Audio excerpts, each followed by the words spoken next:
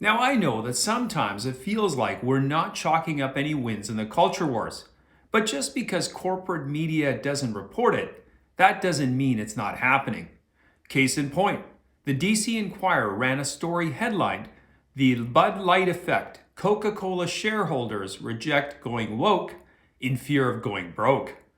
The Enquirer reported that Coca-Cola shareholders recently met and voted against a proposal that the beverage giant should investigate how state laws restricting abortion might impact the company's business performance in those states.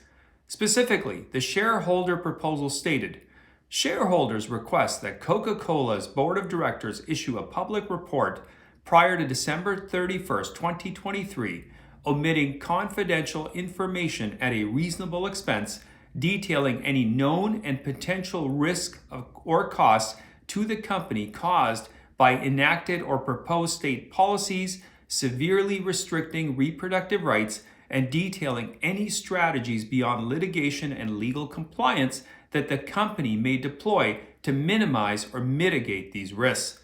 In other words, the proposal was suggesting that the cola giant should boycott states with strong abortion restrictions, but the shareholders, who are more interested in making money, not virtue signaling, conclusively voted the woke proposal down with an overwhelming 87% of shares voting against. I'm thinking the other 13 must be Pepsi drinkers. The Coca-Cola vote came in the wake of Bud Light controversy and Anheuser-Busch's president recently trying to walk back the brand's connection to the female impersonator Dylan Mulvaney.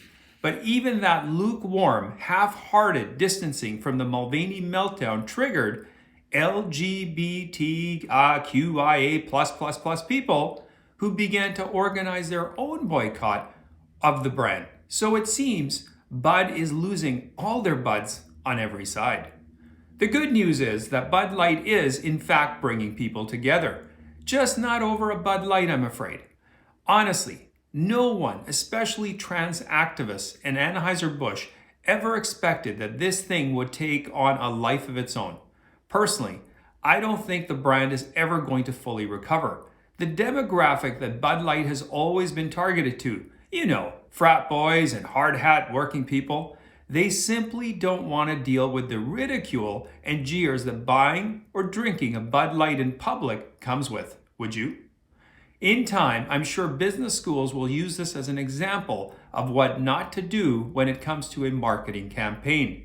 Now, again, like I said, this is a big win, folks. It shows that there is definitely a change in the winds that are happening and that corporations are paying attention when enough of the silent majority get off their ass and show where they stand on an issue. Anyway, I put a link to the story in the notes section. Please check it out. As always, thanks for watching my videos, and you can check out some of my past stuff as well. If you haven't yet subscribed to my channel, do so. You can also follow me in my Rumble and my Locals account, and I will see you next time.